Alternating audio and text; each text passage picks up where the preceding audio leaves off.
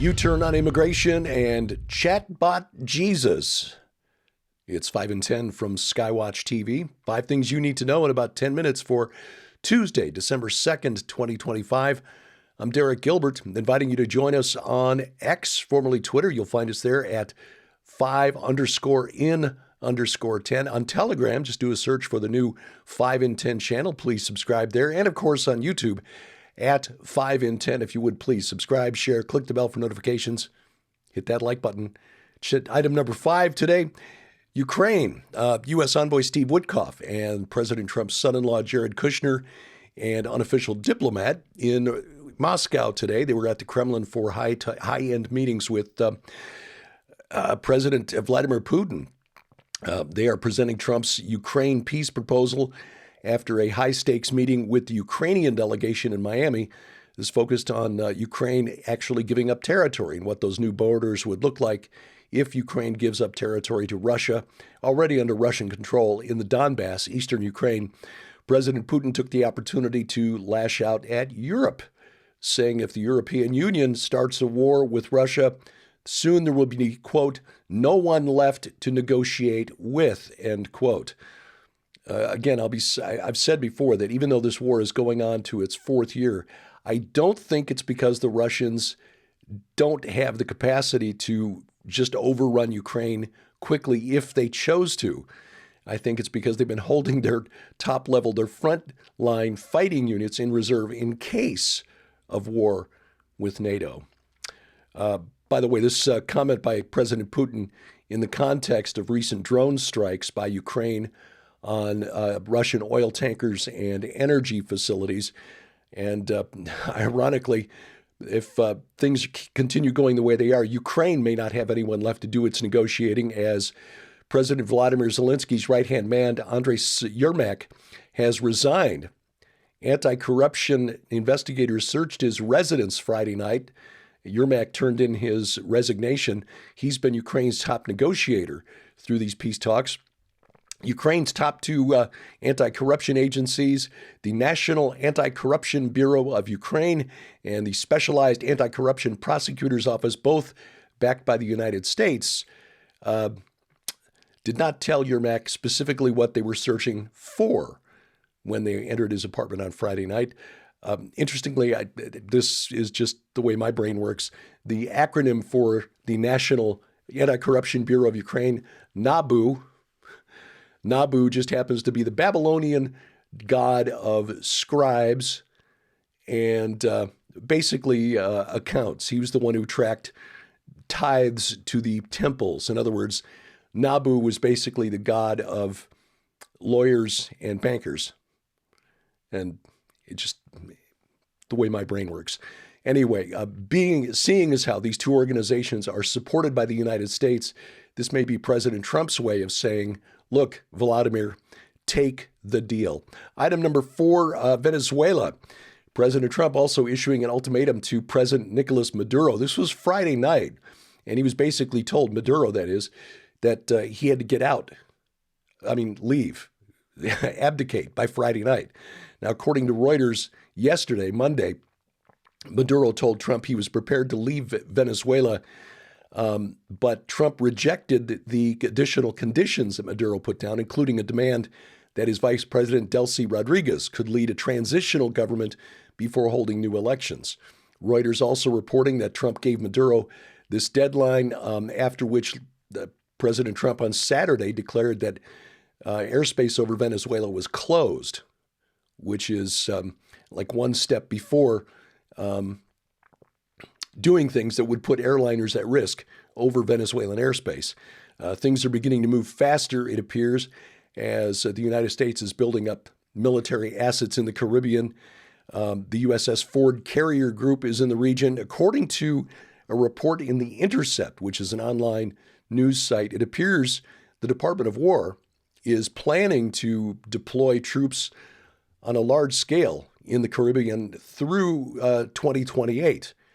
This is based on some orders for food that would be needed to be sent to the troops, to feed the troops in the Caribbean. So, you've got invoices here. That's, receipts, evidence. So it appears that an invasion of Venezuela is either in the cards or this is a credible threat to convince Maduro that President Trump means business. President Trump has authorized the U.S. Air Force to carry out more than 20 strikes on suspected drug smuggling boats in the Caribbean and in the Pacific. Human rights groups are calling these strikes anti-judicial or extrajudicial executions that are illegal under U.S. and international law. More than 80 civilians have reportedly been killed in these strikes. It is worth noting that these groups were notably silent when President Obama was ordering drone strikes that killed American citizens. Now, it's one thing when you've got people from another country who are engaged in activity that could be construed as an act of war against the United States. It's something else again when the president, on his own initiative, with no congressional or judicial oversight, declares somebody a threat to national security and has them executed by drone, which President Obama did. New York Times wrote a glowing article about it. I think this is how brave our president is. Now, here is some speculation, and this is not original to me, but this is, and I will label this as speculation right up front. What if President Trump's hardball with Nicolas Maduro in Venezuela is not as much about protecting the United States citizen from the flow of drugs into the country as it is about breaking the power of the CIA? Remember, it was the intelligence community under John Brennan who tried to kneecap the president during his first term. You know, the Russiagate scandal, which turned out to be nothing, evidence based on nothing, but it tied the president up in lawfare through most of his first term and then led to prosecutions through his 4 years of the Biden presidency. The CIA was running drugs during the Nicaraguan the Iran-Contra affair back in the 1980s. A journalist for the San Jose Mercury News, Gary Webb, wrote a series called Dark Alliance that documented how the CIA used Los Angeles gangs to introduce crack cocaine into the U.S., and the proceeds from those sales used to finance black ops in Central America. Gary Webb was later, in 1994, found dead. His death ruled a suicide, although it is not clear to me how one can commit suicide with 2 gunshots to the head. That's what happened. 2 gunshots to the head, ruled a suicide after exposing the CIA and its connection to drug running from. Anyway, is it possible that this is how President Trump is trying to break the CIA's illicit financing for black ops and break the power of the intelligence community over the U.S. government? Speculation, don't have any evidence to this effect. Just for your consideration. Item number 3 today, immigration. U.S. State Department posted a statement to X last week that hit some in the media like the shockwave from a nuclear warhead. I'm just going to quote this and read this as it was posted to X a week ago. Quote, mass migration poses an existential threat to Western civilization and undermines the stability of key American allies. Mass migration is a human rights concern. Western nations have endured crime waves, terror attacks, sexual assaults, and the displacement of communities. U.S. officials were urged governments to take bold action and defend citizens against the threats posed by mass migration. Now, it goes on from there and gets into some specifics about the grooming gangs in the United Kingdom, Rotherham, Oxford, Newcastle, in Sweden, talking about an Eritrean migrant who was convicted of raping a 16-year-old girl, allowed to remain in country because the judge ruled the incident was not an exceptionally serious crime. Again, it goes on, but it is remarkable that the State Department is executing a complete 180-degree turn from the policies of the Biden administration that literally threw open the gates to unvetted migrants. And we're not just talking about the Afghan migrants allowed in after 2021. And we're talking about a culture there that is fundamentally different to the United States. Just do a search online for Afghanistan and the words boy play. I wrote about that in my book, Bad Moon Rising. It is what your imagination is probably thinking it is. Anyway, this is a call by the U.S. State Department to our Western allies to take a serious look at what mass immigration has done to their societies and to their national security. And perhaps it is time for the Western world to look to Spain and the Reconquista for ideas on how to deal with this situation. Item number 2 today, Chatbot Jesus, artificial intelligence, now offering Chatbot Jesus, an avatar where you can talk to Jesus, personalized prayers, AI-generated sermons. There are some pastors who are even using AI to create virtual versions of themselves so that you can talk to the pastor without the pastor even having to personally get involved with you or your situation. People are not leaving the faith because we lack modern technology. They're leaving because they're starving for truth in an age of lies. Look, technology is just a tool. We use AI to assist us in research, but we double check the work because there is a very high percentage of errors in AI. It hallucinates, makes things up. The problem is when you try to substitute artificial intelligence for the Holy Spirit. AI can be a servant. It should not be the shepherd. Coming up, speaking of AI, an incident on Sunday night in Los Angeles that suggests that maybe AI-powered driverless cars are not yet ready for the road. That's next on 5 and 10. Well, ladies and gentlemen, we want to remind you that Skywatch TV is a viewer-supported ministry, and right now when you order the new book, Thomas Horn, The Early Years, which features both complete original works, The Gods Who Walk Among Us, and Spiritual Warfare, The Invisible Invasion from the SkywatchTVStore.com, we're going to send it to you as our gift for your donation of only $25 or more, which includes free shipping to all U.S. addresses.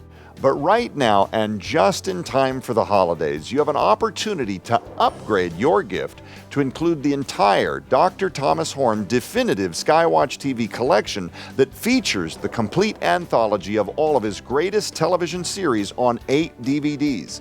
That's 96 episodes, including the very first pilot of Skywatch TV ever, and has a running time of 45 hours. But this special upgrade also includes Dr. Thomas Horn's Rome and the Star God DVD that reveals the Faustian deal with the devil that has been made between the Vatican and our, quote, alien brothers as the world awaits the arrival of who they refer to as the Star God.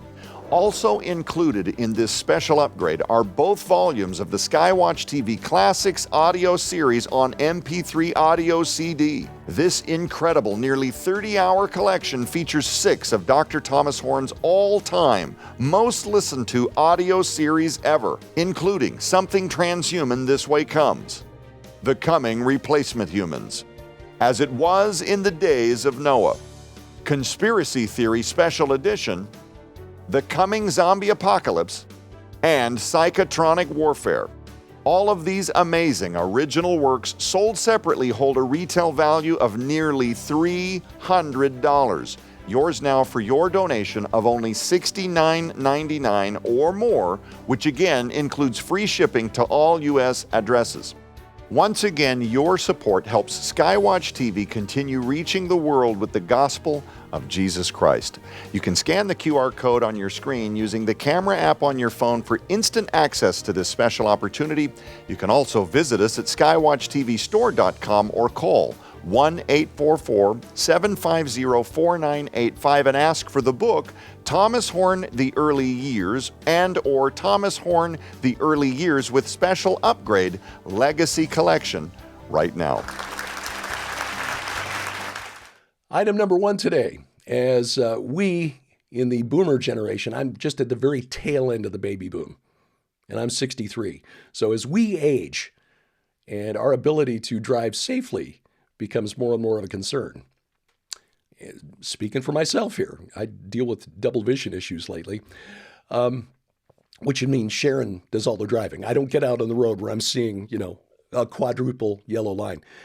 Sunday night in Los Angeles, a driverless Waymo taxi took a load of passengers right into the middle of a Los Angeles Police Department standoff, an armed standoff.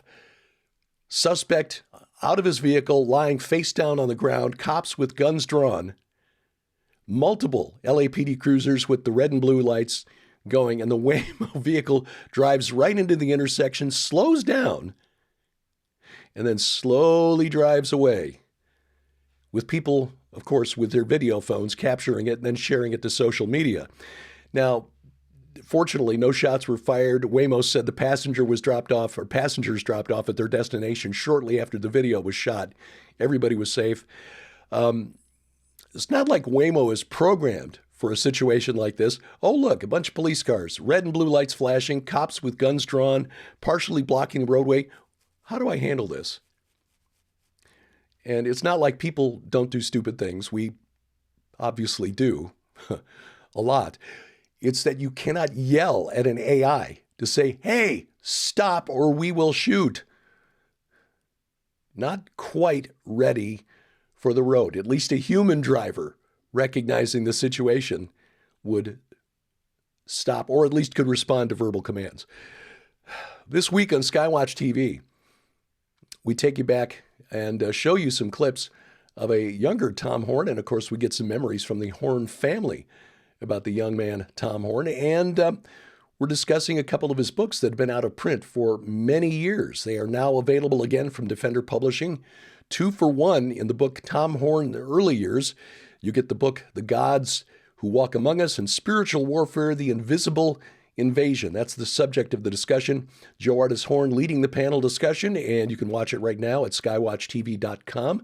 You can also catch it over the air as our broadcast schedule is posted at skywatchtv.com/channels. Now, we're on the internet. You can watch us there by going to YouTube, youtube.com/@skywatchtelevision or rumble.com/skywatchtv. If you add the Skywatch TV channel to your smart TV or set-top box, Roku, Apple TV, Amazon Fire TV, Google TV, Android TV, just go to their app store, find the Skywatch TV channel, add that, and we will be good to go when you click the remote. You can also download us to your smartphone or tablet, iOS, Android, Amazon Kindle Fire devices. That brings the content right to you and bypasses the gatekeepers of big tech. We've got links to all of those app stores at skywatchtv.com/app. Again, 5 and 10 online, youtube.com/@5and10. Subscribe, share, click the bell for notifications, hit the like button. You can also get us at Telegram, t.me/5and10, or just do a search for the 5 and 10 channel on the Telegram app. And of course on X, formerly Twitter, at 5_in_10. And thank you for watching as we keep watch. I'm Derek Gilbert. This is 5 and 10 from Skywatch TV.